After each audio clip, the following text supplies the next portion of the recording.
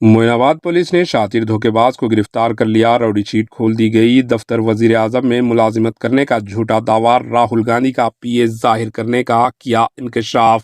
معین آباد پولیس نے ایک شاطر ملزم کو گرفتار کر لیا جو سیاسی قائدین، اہم شخصیات کے ساتھ تصاویر لے کر ان کے ذریعے لوگوں کو کروڑوں ہار روپیوں کا دھوکہ دینے کے علاوہ ارضیات پر قبضوں کے متعدد واقعات میں ملوث بتایا گیا۔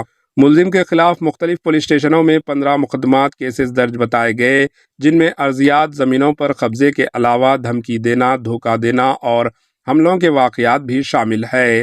ملزم کی شناخت برہان الدین کے طور پر کی گئی ہے۔ سائبرآباد پولیس نے بتایا کہ سال 2023 میں ملزم معین آباد پولیس اسٹیشن کے حدود میں 6 ایکڑ اراضی زمین کی قبضے کے معاملے میں 8 افراد کے ساتھ مل کر قاتلانہ حملے کی واردات انجام دی تھی۔ اس سلسلے میں پولیس نے اس کے خلاف مقدمہ درج کیا تھا۔ بعد ازاں اس نے عدالت سے رجوع ہو کر حکم التوا حاصل کر لیا، تاہم پولیس نے عدالت سے رجوع ہو کر حکم التوا برخاست کروایا اور اسے گرفتار کیا گیا۔ اس کے پاس سے ایک کار ضبط کی گئی اور اس کی راؤڈی شیٹ کھول دی گئی۔ پولیس کے مطابق ملزم نے اپنے آپ کو دفتر وزیر اعظم، پرائم منسٹر کا ملازم ظاہر کرتے ہوئے سی بی آئی اور انفورسمنٹ ڈائریکٹو ای ڈی کے مقدمات میں ملوث افراد کو راحت دلوانے کے بہانے ان سے کروڑوں ہار روپیے وصول کیے۔ اس طرح اس نے ایک IAS افسر کو بھی 1,05,00,000 روپیے کا دھوکہ دیا۔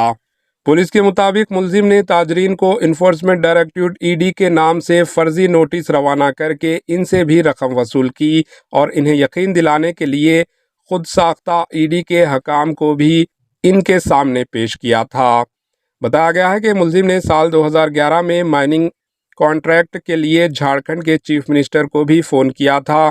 تحقیقات کے دوران پولیس کو معلوم ہوا کہ اس نے خود کو کانگریس قائد راہل گاندھی کا پی اے ظاہر کرتے ہوئے جھارکھنڈ میں بعض مروعات حاصل کی۔ اسے سابقہ میں گرفتار کر کے جیل بھی بھیجا گیا تھا۔ ملزم کے خلاف حیدرآباد کے علاوہ جھارکھنڈ، چھتیس گڑھ میں بھی مقدمات درج بتائے گئے ہیں۔